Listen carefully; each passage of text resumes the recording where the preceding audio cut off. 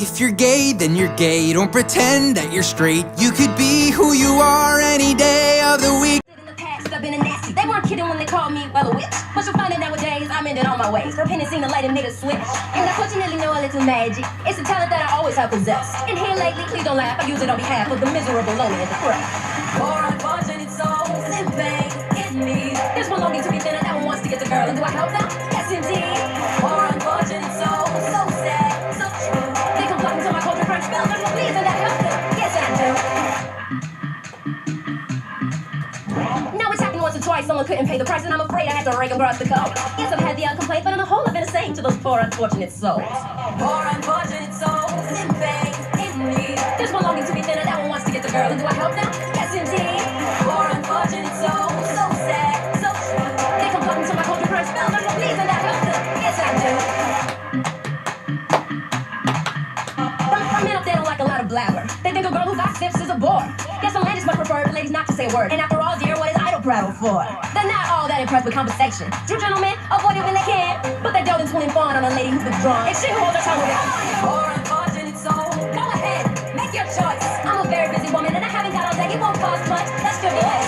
Poor unfortunate soul, it's sad. So sad. If you want to cross the bridge, you got to pay the toll. Take a go and take a breath and go ahead. Poor unfortunate souls in pain, in need. There's one longing to be thinner, that one wants to get the girl. And do I help them? Yes, indeed. Poor unfortunate souls in pain, in need. They come flocking to my culture, French spells, just to please, and I help them. Yes, I do.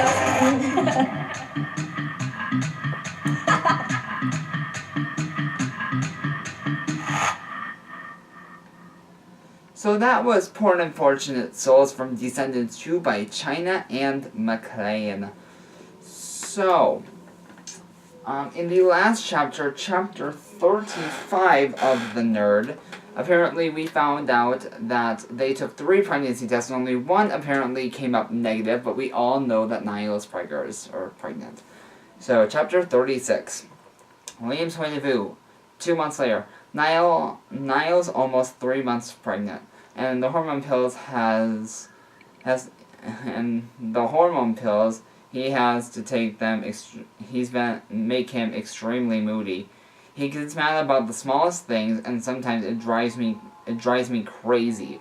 But I try to put up with it. That's really cool.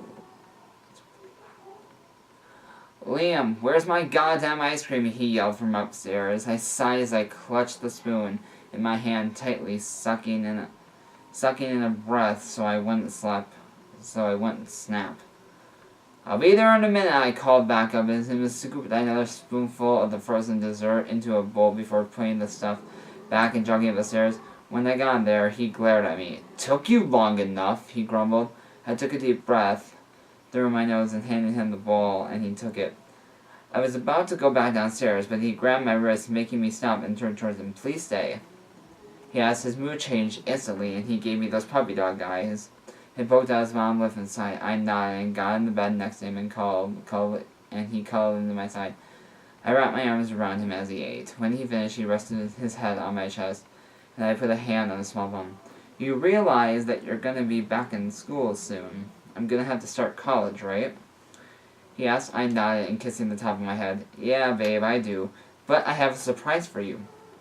I smiled, getting up and going in my dresser, where I hid a little black box. I didn't exactly do this right last time, so here's another try. I sighed, a bit nervous, even though I've done this before. He sat up and put his legs over the side, and I got down on one knee. He smiled brightly at me. "Will you, Niall James Horn, marry me?" I asked, opening the box. He giggled a bit and nodded before wrapping his arms around my neck in a tight hug. Me wrapping my arms around his middle. When we pulled back, I took his left hand and put the ring on it, and he looked up at me. "It's beautiful, Lee." He fawned over it as I blushed. It was a gold band with a small diamond on it. Nothing too fancy, but I was glad he likes it. "I'm glad you like it. I spent nearly an hour trying to find the perfect one." I sighed before I said, and he sighed, but he made me a half smile. "I'm sorry for being so snappy all the time," he said quietly while I shook my head a bit. I know it's not technically your fault. It's just because the hormone pill make you moodier. I don't know, I laughed as he did. As did he. He looks at me in my eyes as I lean down and kiss his lips tenderly, making me smile as he pulled back. I got off on the floor, getting back into the bed with him, and he put his head back on my chest. I rested my hand on his stomach, rubbing my thumb along it, while the top of his small bum gently kissing his temple. "You're perfect," I whispered, as he looked up at me through his adorable glasses, raising up at me. "No, I'm not. If anything, you are." He disagreed, resting his hand over mine on his stomach. "Yes, you are. You're beautiful, perfect, adorable. You're my Nyler. Oh, dear Lord. You always will be, no matter what." I promised him, giving a smile before hiding his face in my chest, chuckling a bit. "Whatever you say, babe, but I'm tired. What time is it anyway?" He looked at my phone. "Whoa, it's about 10:30. Time flies." I chuckled as he smiled, leaning up and kissing my jawline. "Yeah, in about a month we'll be able to see the little monster." "What the little monster will be?"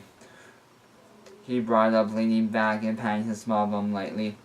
I smiled before taking his glasses off and putting them on the nightstand. I took off my jeans and my tee I was wearing, so I was in my boxers, and we climbed under the covers and we took off his sweats, complaining about how it was hot. I got up and flipped on the AC before getting under the thin blanket we shared.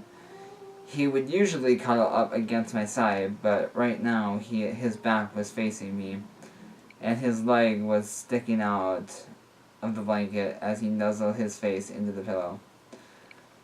I leaned across and placed a light pack on his temple, and he smiled lazy without opening his eyes. "I love you, Lee," he mumbled.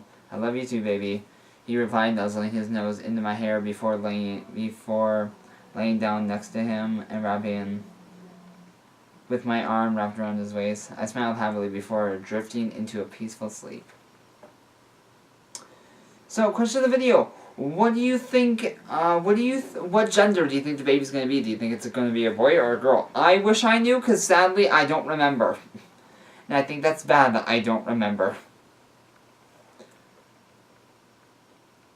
Okay. So, I hope you guys enjoyed this video. I will see you guys tomorrow for chapter 37, and until next time, gays, okay? Just ask the GSA. Mwah!